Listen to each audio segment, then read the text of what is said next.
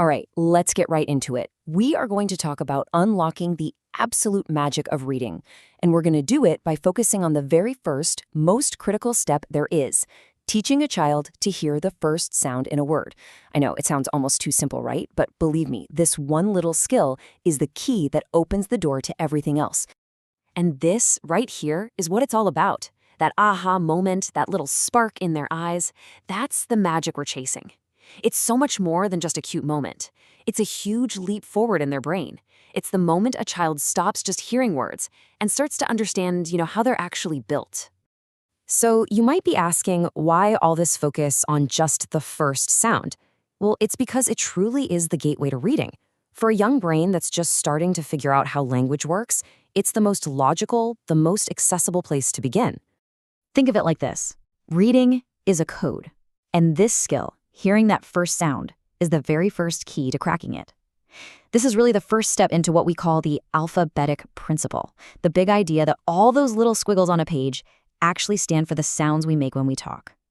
Hearing that cat starts with a k sound is what eventually connects that sound to the letter C. And this is why it's so incredibly important. I mean, if a kid can't pull that first sound out of a word, there's just no way they'll be able to blend sounds together to read a whole word later on. It also gives them a huge head start in writing. Long before they can spell the word dog, they can hear that first sound and write the letter D. And maybe most importantly, getting this right builds so much confidence to take on the harder stuff down the road. And look, this isn't just a nice idea. The research on this is absolutely crystal clear. A child's ability to identify beginning sounds in preschool and kindergarten is one of the most reliable signs we have of how well they're going to read later on. Getting this right and getting it right early, it really does make all the difference. Okay, so let's get into the nitty-gritty.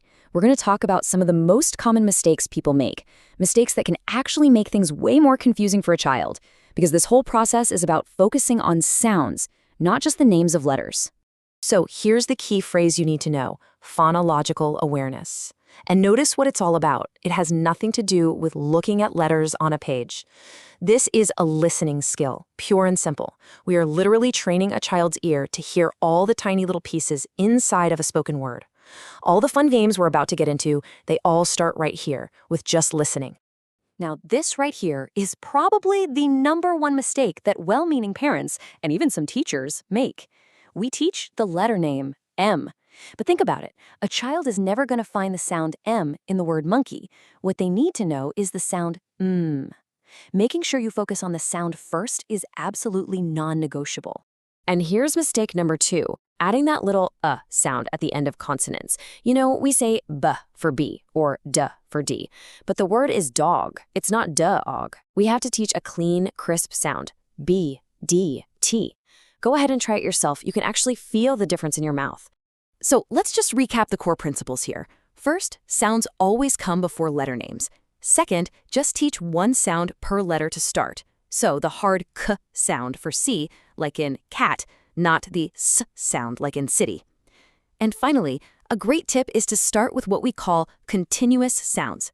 These are the sounds you can hold and stretch out, like s, s, s or m. They're just so much easier for a little one to hear and identify. And you might wonder, why this exact order? It seems kind of random, right? Well, there's a really smart reason for it. As soon as a child knows just these 6 sounds, they can start building and reading real words. They can blend s, a, t to make sat. They can read pin, tap, pan. I mean, how incredibly motivating is that? It shows them right away that they're actually breaking the code. All right, now for the really fun part. Let's get super practical with some simple, powerful, play-based activities that you can literally start using today. And I promise, there are no boring flashcard drills in sight. Okay, this is the simplest one of all, that it is so effective. All you have to do is model it during your day. When you're talking about the sun, you just stretch that first sound out. Wow, look at the sun! Or, can you pass me the milk? That little exaggeration makes the sound totally pop, making it impossible to miss. It turns any moment into a learning moment. Oh, this is such a classic game. Just grab any bag and fill it with a few things that start with the same sound. Let's say the S sound. So you could put in a sock, a spoon, a sticker, maybe a small stone. Then the child pulls out one item at a time, and the goal is for them to figure out the mystery sound that all the objects share. Sound sorting is just fantastic for getting some hands-on practice. You could have two little baskets, one for things that start with M and one for things that start with T. Then you give them a little pile of picture cards or small toys, like a mouse, a truck, a mop, a tiger, and their job is to sort them into the right bin. Kids love it. We all know and love the classic I Spy game, right? Well, this version just gives it a little twist. Instead of saying, I spy something that is red, you say, I spy with my little eye something that starts with the sound T. It's a great little switch that forces the child to scan the room and actively listen for that beginning sound in their head. Now, this one is awesome for building their critical thinking skills. You just lay out 3 pictures or 3 objects. 2 of them start with the same sound, and 1 is the odd one out. So hat, horse, ball. Which one doesn't belong? The child has to isolate and compare the first sound of all 3 words to find the answer. It's a great little puzzle for their brain. Okay, let's wrap this all up with just a few quick and easy tips to make sure that these activities aren't just fun, but that they're also super effective. So here are 3 things to always keep in mind. First, keep it short and sweet. Seriously, 5 minutes of focused, fun practice every day is way more powerful than one long, boring session once a week. Second, always try to connect the sound to a visual, a letter, a picture, an object that helps build much stronger connections in their brain. And third, keep circling back and reviewing. Just because they've got it today doesn't mean you shouldn't revisit it next month to keep it fresh. And here is a fantastic pro tip for you. Use a mirror. For tricky sounds like F or V, it's so helpful for a child to actually see how their teeth need to touch their bottom lip. Or for the thus sound, they need to see their tongue peeking out. Letting them watch their own mouth while they make the sound gives them this incredible visual feedback. So I want to leave you with this thought.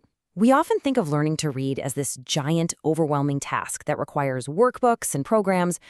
But what if the real key to unlocking a lifetime of reading isn't some expensive curriculum, but it's a simple, playful game that you can start playing with your child today?